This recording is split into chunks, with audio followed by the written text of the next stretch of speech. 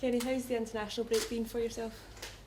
It gave us, not just me, but gave the rest of the players a 2-3 days free time really. You know, we allowed them after the Dundee United game, we gave them 2-3 days off, and we've enjoyed the rest, we've recharged the batteries as I say, and we've came back in this week and looking forward to the game tomorrow. Considering it came so soon after the win, did it come at the right time for you, or was it really bad timing?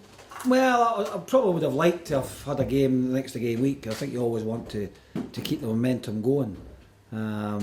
But no, we all knew that the Dundee United game was going to be the last game for a couple of weeks, so it's not too much of a concern. Do you look at this as a new fresh start going in after the break?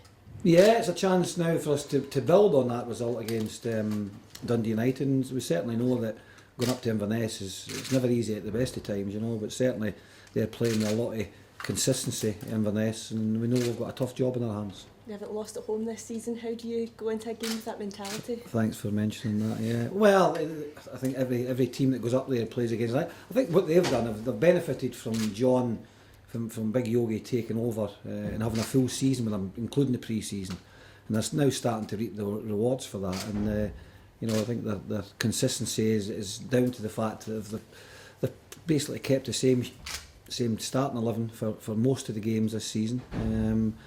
And the consistency, as I say, that they've achieved from that, and that gains confidence. It's a tough test for us, but we'll go there and hopefully give it our best shot. Kenny, you've obviously been told that you're in the role until the wider ownership issues are sorted out. Does that help you maybe give a wee bit of stability, knowing that you'll be here until other issues are sorted? Well, we had a chat with Derek Weir and Alan, and they asked me to continue for the next couple of weeks, so I don't have any problems with that. You know, certainly the week leading up, or the week of the Dundee United game with Stuart leaving on the Monday, it was a difficult one for us all, you know, and I think it's gave us a couple of weeks now to digest that, shall we say, and you know, we know exactly what's required now, and I think the club are working hard behind the scenes to try and achieve you know, that bit of foundation, solid foundation in which to work from, and they'll keep me posted and keep me up to date with whatever's going on. The player, how's the mood of the players changed? Obviously there was a shock initially when Stuart left.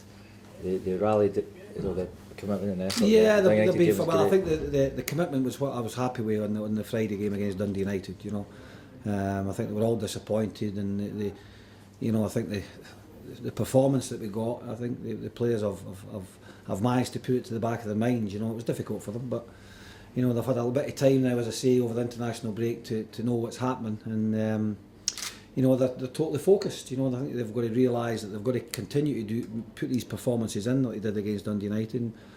And we don't know what's going to happen. You know, a new manager or whatever's going to come in, a new owner, whatever.